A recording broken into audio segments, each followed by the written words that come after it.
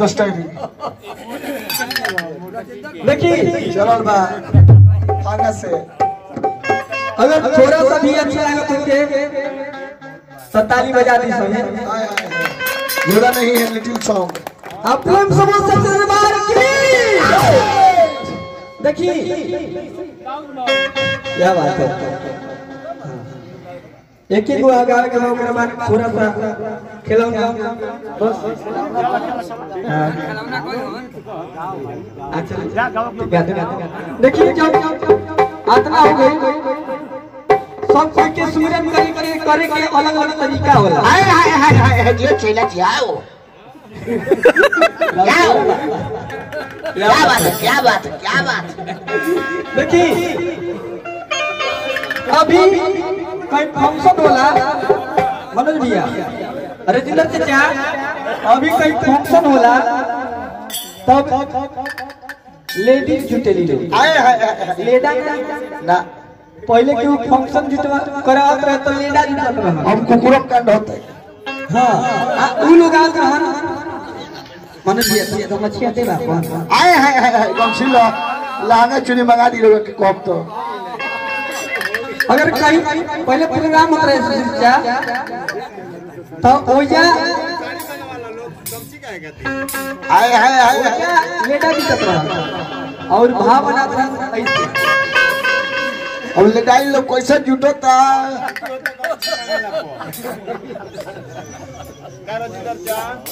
कैसे कॉपी के भाव बा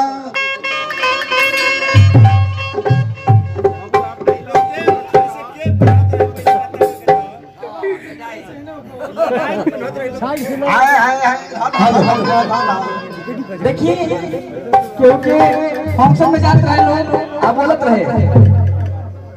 सबसे पहले मेरे और पार्टी की तरफ से प्रोग्राम कराने वाले सभी को आदाब करता हूँ। भाई लोग जो करत हो सुई मारता रहा सुतो देखिए ये बजना के तीनों जिला कैसे गाया कैसे जिला लोग आवेला किला कैसे कमाता लोग माता जाति पार्वती पिता